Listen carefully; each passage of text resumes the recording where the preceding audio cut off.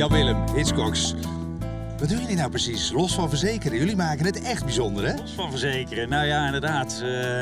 Wij gaan een stapje verder, denk ik. Ja. En dat is, behalve geld uitkeren, proberen we alle dingen die mensen hebben te bewaren zoals ze zijn. Dat kan in geval van bijvoorbeeld als iemand iets kwijt is, dat we dat terugzoeken. Iets is gestolen en wij geven niet alleen maar geld, maar we gaan dan op zoek naar het gestolen onderdeel. Kun je daar een voorbeeld van noemen? Ja, in het verleden is er misschien wel bekend dat er een Alfa ooit verdwenen is bij een grote rally. Ja. En dan kan je op dat moment zeggen van joh, we gaan dat geld uitkeren daarvoor.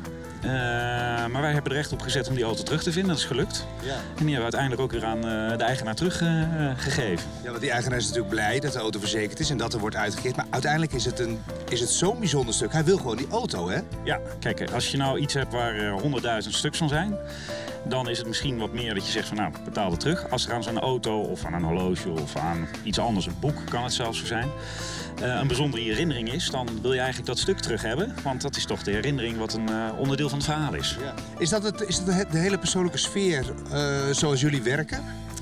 Ja, dat denk ik wel. Wij kijken meer naar mensen dan naar de bezittingen. Voor ons is het heel belangrijk om te zien wie we verzekeren. En wat we verzekeren is dan wat minder van belang.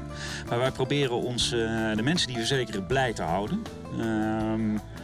Ja, een voorbeeld is als je bijvoorbeeld naar auto's kijkt met patina.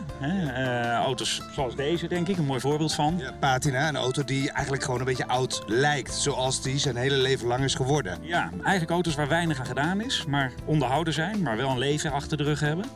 Dat wordt steeds meer natuurlijk een soort van, dat wil ik bewaren, want er zit die historie er wel in.